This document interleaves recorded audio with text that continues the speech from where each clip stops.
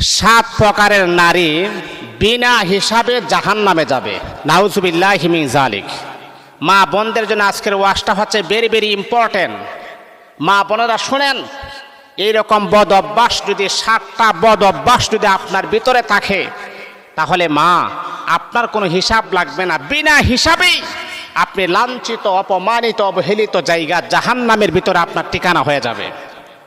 জাহান্নামের আগুন বরদাস্ত করার মতো ক্ষমতা পৃথিবীতে কোনো নারীর হয় নাই, কোনো পুরুষেরও হয় নাই। এই আগুনে আপনি লাঞ্ছিত হবেন, অবহেলিত হবেন, আল্লাহ পাকের চরম পর্যায়ের আযাবের ভিতরে আপনি গ্রেফতার হয়ে যাবেন। মা বোনদেরকে আমি বলবো, এই 7টা বদ অভ্যাসকে পরিহার করতে হবে। আজকে যে বদ অভ্যাসগুলা বলবো, এই অভ্যাসগুলা যদি আপনাদের ভিতরে থাকে, আজকের থেকে আপনি প্রমিস করেন জিন্দেগিতে এরকম বদ অভ্যাসের সম্মুখীন আর হব না। যদি আপনাদের ভিতরে থাকে, আপনাদের মা হাতে পায়ে ধরে বলি, আপনাদের পাগুলো আগায়া দেন, প্রয়োজন আপনাদের পায়ে ধরে বলি, এই বদ অভ্যাসগুলা যদি পরিহার না করেন, এই বদ অভ্যাসগুলা যদি না ছাড়েন, নামাজ পড়ার পরেও আপনি জাহান্নামের ভিতরে আপনি চলে যাবেন। তাহলে কি এমন বদ অভ্যাস? মা বোনেরা মনোযোগ দিয়া শুনেন। মাইকের আওয়াজ যতটুক পর্যন্ত যাইতেছে, এলাকার মা বোনেরা যারা শুনতেছেন, আপনাদের পায়ে হাত রেখে বলি, কথাগুলা মনোযোগ দিয়া শুনেন। আমরা পুরুষ যারা মসজিদে আসি, আমরা তো আসলে কথাগুলা প্রচার করি না। কথাগুলা যদি আজকে বাড়িতে বলতাম, তাহলে বাড়িতে অনেক সংশোধন হয়ে যাইতো। আমরা নিজেরাই শুনি, আবার নিজেরা আমলও করতে পারি না, বাড়িতেও আমরা বলতে পারি না। তাহলে এই 7টি বদ অভ্যাস আপনাকে বিনা হিসাবে জাহান্নামী বানিয়ে দিচ্ছেন। 1 নাম্বার হচ্ছে, যেই নারী পর পুরুষের সামনে নিজের সৌন্দর্যের প্রকাশ করে। স্বামীকে তার সৌন্দর্য দেখাই না, পর পুরুষের সামনে নিজের সৌন্দর্য বহির প্রকাশ ঘটায়, এমন নারী আছে না? আপনার সমস্ত চেহারার যত সৌন্দর্য আছে, যত লাবণ্যতা আছে, যত স্মার্টনেস আছে, আপনার সৌন্দর্য দেখার একমাত্র অধিকার রাখেন আপনার স্বামী, আর কোনো পুরুষ রাখেন না।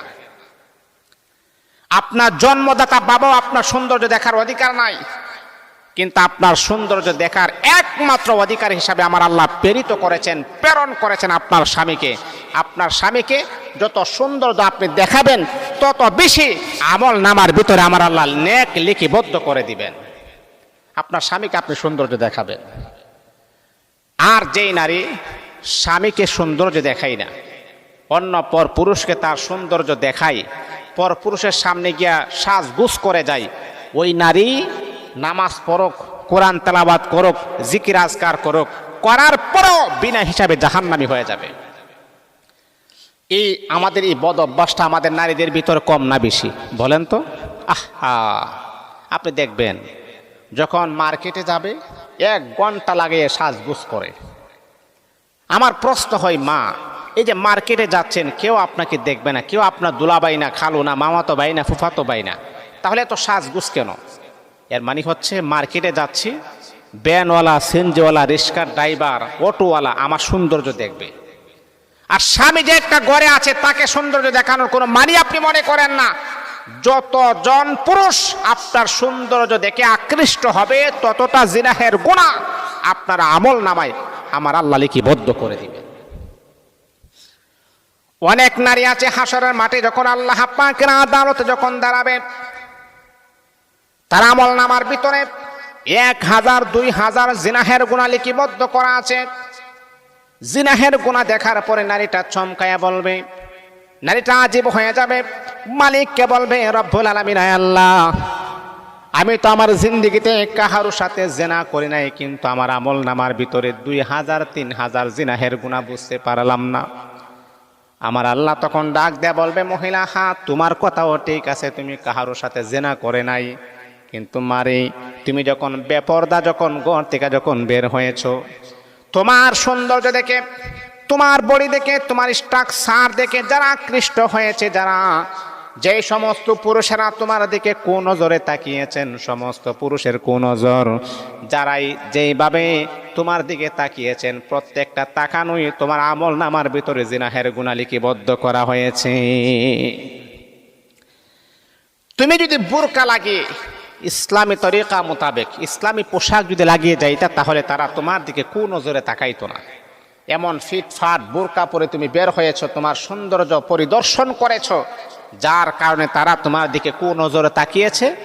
আর যতজন পুরুষ কুনজরে তাকিয়েছে ততটা জিনাহের গুনাহ তোমার আমল নামার ভিতরে আমি আল্লাহ লিপিবদ্ধ করে দিয়েছি। এই জন্যে বাবা কুনজরে তাকানো যাবে না। আর সুন্দর যে একমাত্র স্বামীকে দেখাতে হবে, এটা হচ্ছে 1 নাম্বার। 2 নাম্বার হচ্ছে যে নারী গীবত করে, আপনি দেখবেন 3-4 জন মহিলা যখন একসাথে হয়ে যায় তখন দেখবেন গীবতের হার প্রচণ্ড পরিমাণের বেড়ে যায়। আমার স্বামী এই করে না, আমার স্বামী সেই করে না, আমার স্বামী খুব খারাপ, এই সেই, মানে নিজের স্বামীর বদনাম শুরু হয়ে গেছে। আরে নিজের আপন সন্তানের বদনামও শুরু করতে তারা দ্বিধাবোধ করে না। গীবত যে সমস্ত নারী করবে বিনা হিসাবে জাহান্নামে চলে যাবে। গীবত থেকে সাবধানতা অবলম্বন করতে হবে মা। এটা হলো 2 নাম্বার। 3 নাম্বার হচ্ছে আল্লাহ রাসূল বলেছেন যেই নারী পর পুরুষের সামনে যাবে, যেই নারী পর পুরুষের সামনে যাবে, যাদের উপরে পর্দা করা ফরজ, আপনার চাচাতো ভাই, আপনার মামাতো ভাই, আপনার খালাতো ভাই, তাদের সাথে পর্দা করা ফরজ, কিন্তু আপনি ফরজ এটা মানলেন না, তাদের সামনে গেলেন, আপনি জাহান্নামের প্যাসেঞ্জার হয়ে যাবেন।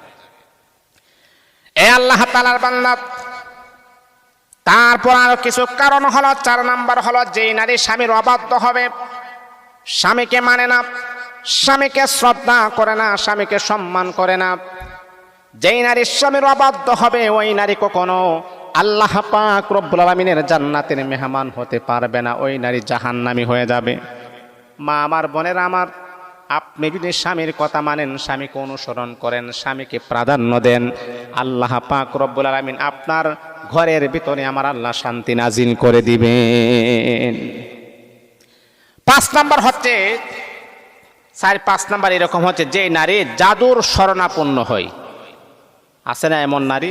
জাদুর শরণাপন্ন যেই নারী হবে ওই নারী, এটা হচ্ছে 4 নাম্বার, জাদুর শরণাপন্ন হয়। জাদু আছে না যে এরকম কবিরাজের কাছে গেলে জাদু করে, ব্ল্যাক ম্যাজিক করে, কুফুরি করে, মানে কুফুরের শরণাপন্ন যেই নারী হয়। কুফুরি করা যাবে না, কুফুরি যারা করে তাদের দোয়াও কবুল হয় না, যারা কুফুরের শরণাপন্ন হয় তাদের দোয়াও কবুল হয় না।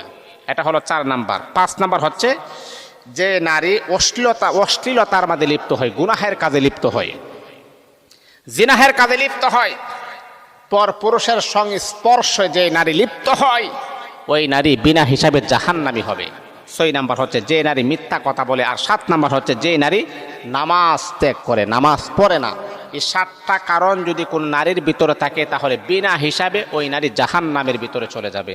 মা বোনদেরকে আমি বলবো, এই বদ অভ্যাসগুলা যদি আপনাদের ভিতরে থাকে তাহলে আজকের থেকে প্রমিস করেন, আজকের থেকে এইগুলাকে পরিহার করেন। আর যদি পরিহার না করতে পারেন গো মা, তাহলে আপনি জাহান্নামী হয়ে যাবেন।